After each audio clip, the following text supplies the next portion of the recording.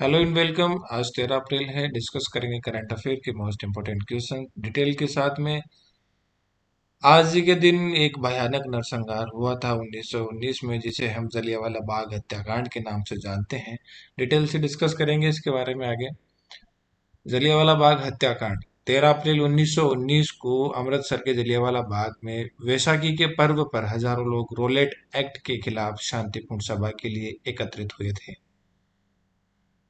इस दौरान जो ब्रिगेडियर जनरल डायर 90 सशस्त्र अपने सैनिकों के साथ बिना चेतावनी के बाग में घुसा और करीब 1650 राउंड गोलियां चलाई और लगभग 10 मिनट तक ये चलती रही। सरकारी आंकड़ों की माने तो 379 लोग इसमें मारे गए, लेकिन स्वतंत्र स्रोतों के अनुसार ये संख्या हजार से अधिक थी। इस घटना ने महात्मा गांधी को ब्रिटिश शासन के खिलाफ असहयोग आंदोलन शुरू करने की प्रेरणा दी। रविंद्रनाथ टैगोर ने ब्रिटिश सरकार से मिली नाइटहुड की उपाधि लौटा दी थी। 1940 में क्रांतिकारी उधम सिंह ने लंदन में माइकल ओडायर की हत्या कर इस हत्याकांड का बदला लिया। आज जलियांवाला बाग एक राष्ट्रीय स्मारक है, जहां हर साल 13 अप्रैल को देश भर से लोग शहीदों को श्रद्धांजलि देने आते हैं। सेना का मेघदूत ऑपरेशन ऑपरेशन मेघदूत 13 अप्रैल 13 अप्रैल 1984 को भारत ने ऑपरेशन मेघदूत के तहत जम्मू कश्मीर के काराकोरम रेंज में सियाचिन ग्लेशियर पर सैन्य नियंत्रण स्थापित किया था। यह ग्लेशियर 6,300 मीटर यानी करीब 20,700 फीट की ऊंचाई पर स्थित है। सियाचिन की तैनाती ने अंतर्राष्ट्रीय ध्यान आकर्षित किया और इस क्षेत्र को सबसे ऊंचा युद्ध क्षेत्र के रूप में पहचान मिली। दरअसल 1972 के जो शिमला समझौता हुआ था, एलओसी लाइन ऑफ कंट्रोल को, उसमें जो अंतिम बिंदु था एनजे 9848 तक ही दर्शाया गया था। उसके आगे का जो क्षेत्र था वो धुंधला छोड़ दिया गया था। इस अस्पष्टता का फायदा उठाकर पाकिस्तान ने सियाचिन क्षेत्र पर दावा करना शुरू कर दिया और वहां पर्वतारोहण दल भेजने शुरू कर दिए। ये उस समय की बात है। एलओसी कब हुआ था? जो 1971 का जो भारत पाकिस्तान का युद्ध हुआ था, जिसमें बांग्लादेश स्वतंत्र हुआ था। और इस युद्ध में जब प्रधानमंत्री तत्कालीन थी इंदिरा गांधी थी, और करीब 93,000 पाकिस्तान सैनिकों को बंदी बना लिया गया था। फिर जो 1972 में ये समझौता हुआ, शिमला समझौता, इसमें कुछ चीजें क्लियर हुई और पाकिस्तानी जो सेना के जो आर्मी के जो थे उनको रिहा किया गया और कुछ चीजें क्लियर की गई। इसके बाद में 1972 के बाद में फिर 1980 के आसपास ये इस तरीके से हरकतें जब पाकिस्तान की तरफ से होने लगी, तो सेना को जब उसके इनपुट बिल्कुल क्लियर हो गए कि हाँ, इस तरीके से पाकिस्तान की सेना करने में है, तो भारत की आर्मी ने ऑपरेशन मेघदूत चलाया और सियाचिन पर अपना नियंत्रण वापस स्थापित किया। नेक्स्ट करंट अफेयर में फर्स्ट क्वेश्चन है, नागालैंड के किस जिले में नागरिकों को सरकारी सेवाओं की जानकारी प्रदान करने के लिए वोका साथी चैट बॉक्स शुरू किया गया है? तो ये नागालैंड का वोखा जिला है, जिसमें वोका साथी चैट बॉक्स शुरू किया गया है। व्हाट्सएप पर वोका साथी चैट बॉक्स नागालैंड के वोखा जिले में शुरू किया गया है, जिसे डिजिटल गवर्नेंस की दिशा में एक बड़ा कदम माना जा रहा है। इस पहल की शुरुआत तत्कालीन उपायुक्त अजीत कुमार रंजन, जो आईएएस हैं, ने की थी, जिनका उद्देश्य नागरिक सेवाओं को अधिक सुलभ और पारदर्शी बनाना था। चैटबॉक्स के जरिए नागरिक सरकारी योजनाओं, प्रमाण पत्रों, जन कल्याण सेवाओं आदि की जानकारी आसानी से प्राप्त कर सकते हैं। यह चैटबॉक्स 24/7 उपलब्ध है और इसका जो इंटरफेस है इतना सहज है कि मोबाइल से भी सरलता से उपयोग किया जा सकता है। वोखा साथी को राष्ट्रीय स्तर पर सराहा गया है और इसे डिजिटल इंडिया गोल्ड अवार्ड से सम्मानित किया गया है। इस मॉडल को भी इस मॉडल को भविष्य में अन्य जिलों में लागू करने की योजना है, जिससे देश भर में नागरिक सेवाओं का डिजिटलीकरण तेजी से बढ़ेगा। नेक्स्ट क्वेश्चन है, कैप्टन श्रद्धा शेखर किस विशिष्ट हेलीकॉप्टर फ्लीट की महिला बनी है? पहली महिला बनी है, तो यह है चीता हेलीकॉप्टर फ्लीट। तो कैप्टन श्रद्धा शेखर भारतीय सेना के चीता हेलीकॉप्टर फ्लीट में पहली महिला पायलट बनी है, जो एक ऐतिहासिक उपलब्धि है। उन्होंने नासिक स्थित combat army aviation training school से प्रशिक्षण प्राप्त किया जो भारतीय सेना के पायलटों को ट्रेनिंग देने वाला प्रमुख संस्थान है। चीता हेलीकॉप्टर को भारतीय सेना मुख्य रूप से उच्च पर्वतीय इलाकों में जैसे सियाचिन, लद्दाख में उपयोग करती है। यह हेलीकॉप्टर दुर्गम इलाकों में उड़ान भरने में उत्कृष्ट क्षमता रखता है। नेक्स्ट है आईआईटी हैदराबाद और कोल इंडिया लिमिटेड ने स्वच्छ कोयला ऊर्जा और नेट जीरो केंद्र स्थापित करने के लिए कितनी धनराशि का समझौता किया है? तो यह है 98 करोड़ रुपए। भारतीय प्रौद्योगिकी संस्थान हैदराबाद आईआईटीएच और कोल इंडिया लिमिटेड सीआईएल ने स्वच्छ कोयला प्रौद्योगिकी के विकास और हैदराबाद में स्वच्छ कोयला ऊर्जा एवं नेट जीरो केंद्र की स्थापना के लिए 98 करोड़ रुपए के समझौते पर हस्ताक्षर किए हैं। यह निम्न ग्रेड और रिजेक्ट कोयले के उपयोग को बढ़ावा देगा। नेक्स्ट है रक्षा मंत्रालय ने T-72 टैंकों के लिए कितने हॉर्स पावर के नए इंजन खरीदने के लिए रूस के साथ समझौता किया है? तो यह है 1000 HP, 1000 हॉर्स पावर के जो इंजन खरीदने के लिए रूस के साथ समझौता किया है। दरअसल पहले जो इंजन रूस से खरीदे थे उनकी जो क्षमता थी वो कम थी। अब 1000 हॉर्स पावर के इंजन खरीदे जाएंगे जो इसमें टैंक में लगाए जाएंगे T-72 टैंकों में। भारतीय रक्षा मंत्रालय ने रूसी company Rosoboron export Rosoboron export के साथ 248 मिलियन यानी करीब 2156 करोड़ रुपए का समझौता किया है, जिसके तहत भारतीय सेना के T-72 टैंकों के लिए 1000 हॉर्स पावर HP के इंजन खरीदे जाएंगे। यह सौदा भारतीय सेना की युद्ध क्षमता और गतिशीलता को बढ़ाने में महत्वपूर्ण भूमिका निभाएगा।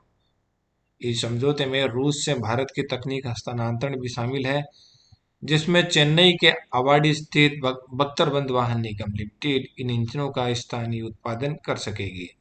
यानी ये जो एक एक 1000 हॉर्स पावर के इंजन खरीदने के साथ ही इस तकनीका का जो ये तकनीकी है हॉर्स पावर बनाने की, ये जो इंजन बनाने की इस तकनीकी का भी हस्तांतरण इसमें किया जाएगा।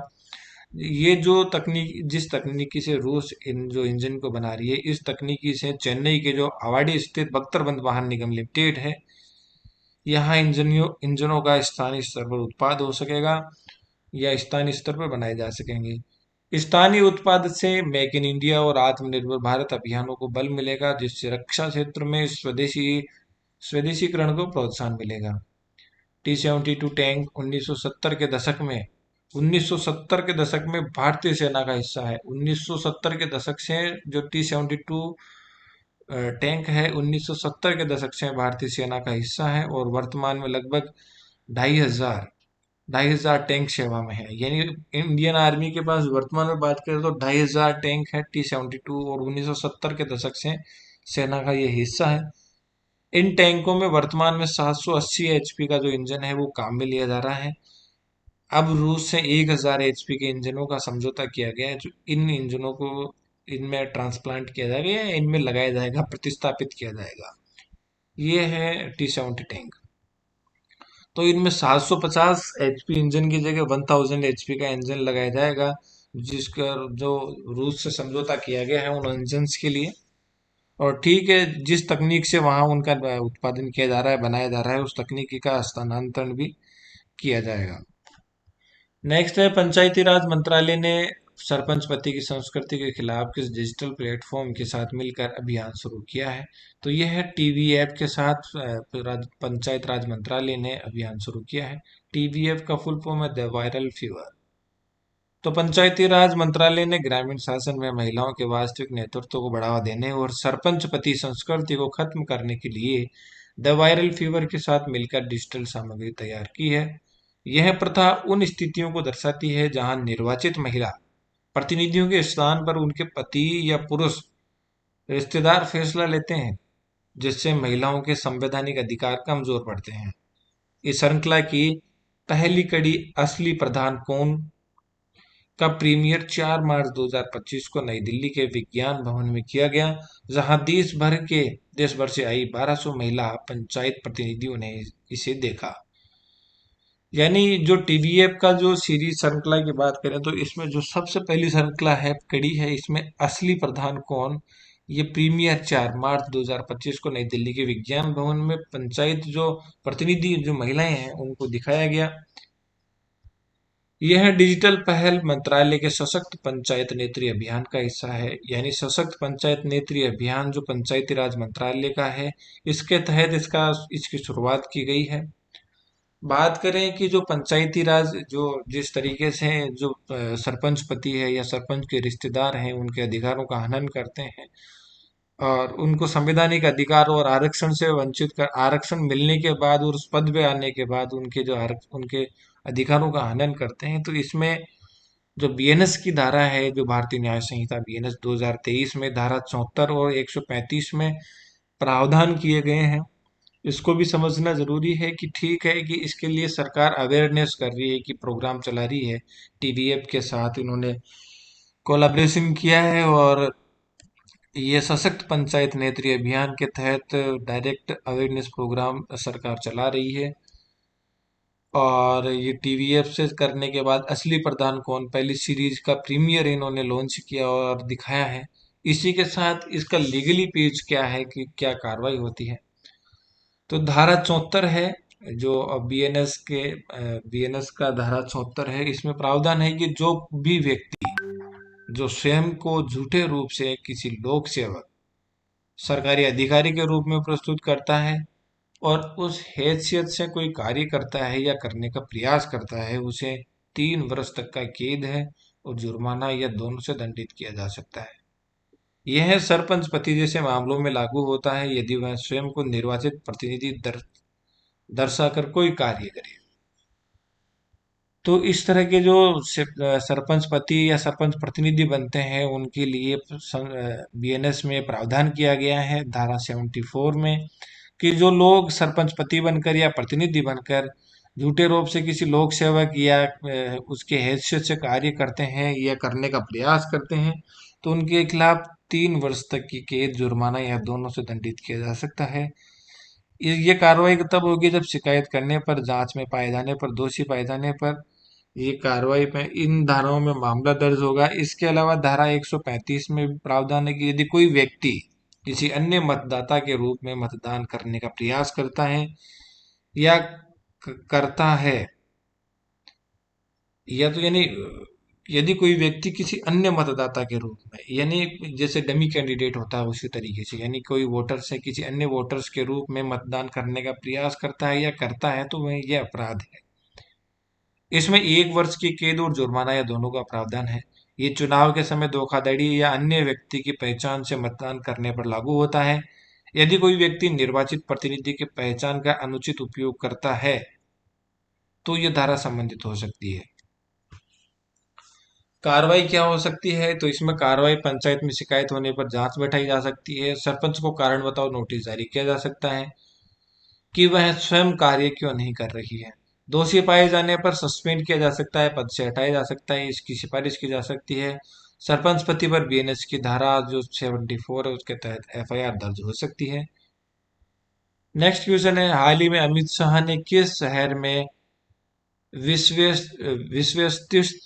विश्वेश तीर्थ मेमोरियल अस्पताल उद्घाटन किया है, तो 7 मार्च 2025 को बेंगलुरु के मराठा हल्ली में श्री विश्वेश तीर्थ मेमोरियल अस्पताल का उद्घाटन किया गया। यह अस्पताल श्री कृष्ण सेवाश्रम ट्रस्ट द्वारा 2 एकड़ भूमि पर 60 करोड़ रुपए की लागत से निर्मित किया गया है, जो गरीबों को सस्ता और अच्छा इलाज प्रदान करेगा। 150 बिस्तरों वाला यह मल्टी स्पेशलिटी हॉस्पिटल है। अस्पताल के 60% बिस्तर समाज के वंचित वर्गों के लिए आरक्षित हैं, जहां उन्हें मुफ्त या सब्सिडी दरों पर चिकित्सा सेवाएं प्रदान की जाएगी। नेक्स्ट क्वेश्चन है, तेरे तेरे मेरे सपने केंद्र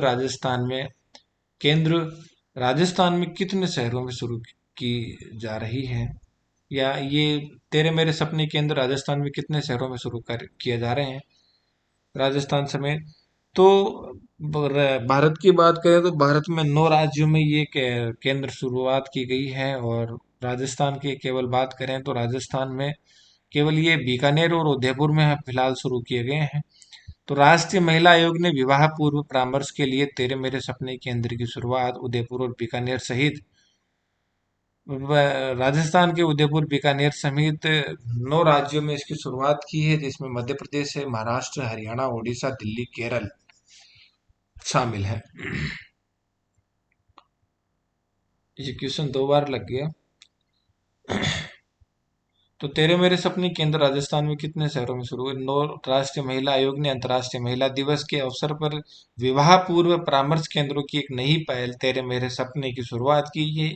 इस पहल के तहत देश के 9 राज्यों में 21 केंद्रों की स्थापना की गई है। यानी देश के 9 राज्यों में 21 केंद्रों की स्थापना की गई है, जिनमें राजस्थान, मध्य प्रदेश, महाराष्ट्र, हरियाणा, ओडिशा और नई दिल्ली और केरल शामिल है।